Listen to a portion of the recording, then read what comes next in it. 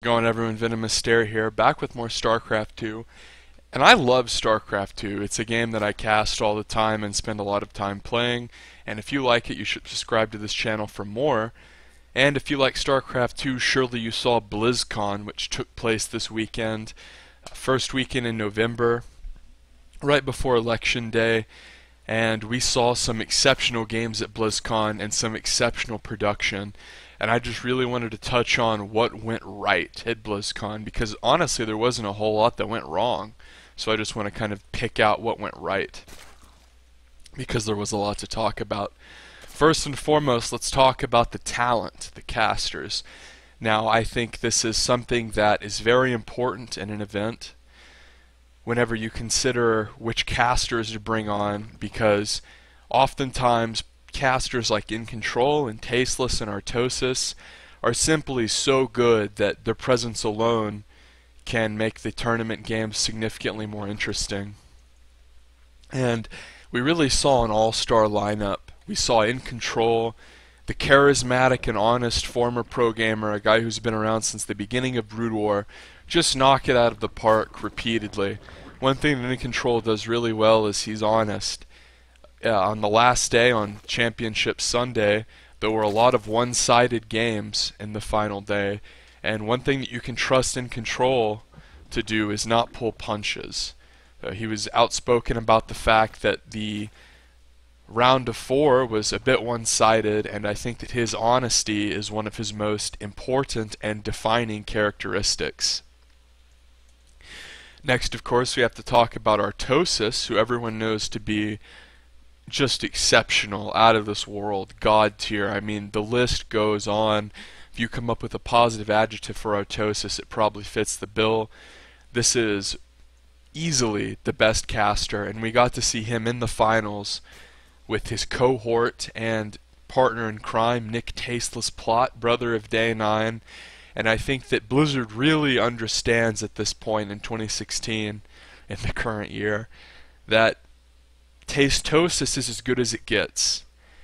You know, even though they might have Nathanius and Rotterdam, who also were very good, I've always thought of Nathanius as an above average caster, but if you watch Beyond versus TY at TVT, by the way, great match. I'm going to cast those games, and all these replays of BlizzCon will be released, and I'm going to cast the best games and put them on this channel as we see Jim Rising going Roach. But I think, talking about BlizzCon, you have to talk about the people that were there too, and I think Nathanius was just electric in this TVT, constantly dropping build order knowledge bombs about Terran versus Terran. And Rotterdam, of course, was very good too. I think that Nathanius and Rotterdam did a good job of not ever getting drugged down in stupid, frivolous discussion. I think that almost everything Nathanius said in that TVT was not only insightful, but something that I didn't know. I play all 3 races, and TVT is by far my weakest matchup.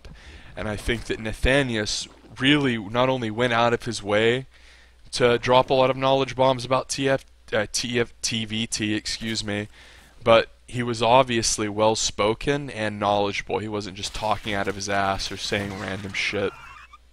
So that was nice. Of course, you have to talk about Pig, a guy who makes lots of StarCraft 2 videos himself, and I don't really know how to pronounce his name. There's this guy from Australia, I think his name's like Maynard, and he was good too. So that was pretty much it for the talent. I think Apollo did a great job hosting, and Blizzard really knocked it out of the park as far as picking which casters did what.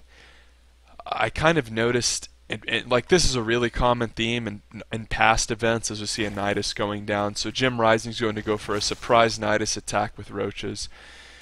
But Blizzard really did a good job of figuring out which casters were best at which games and then picking them.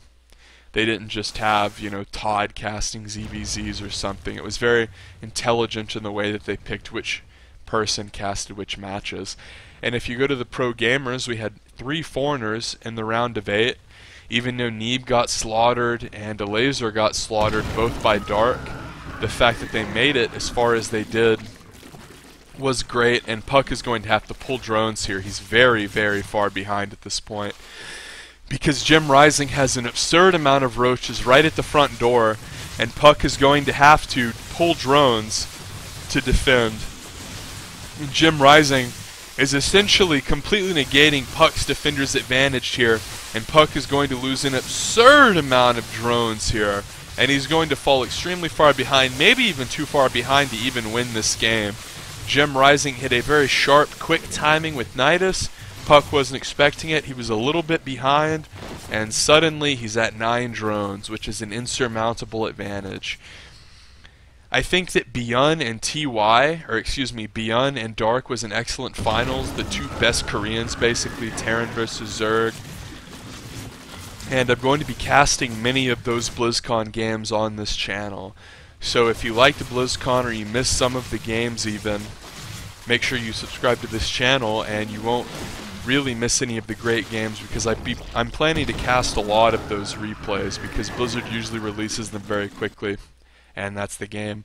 Puck leaves, subscribe for more.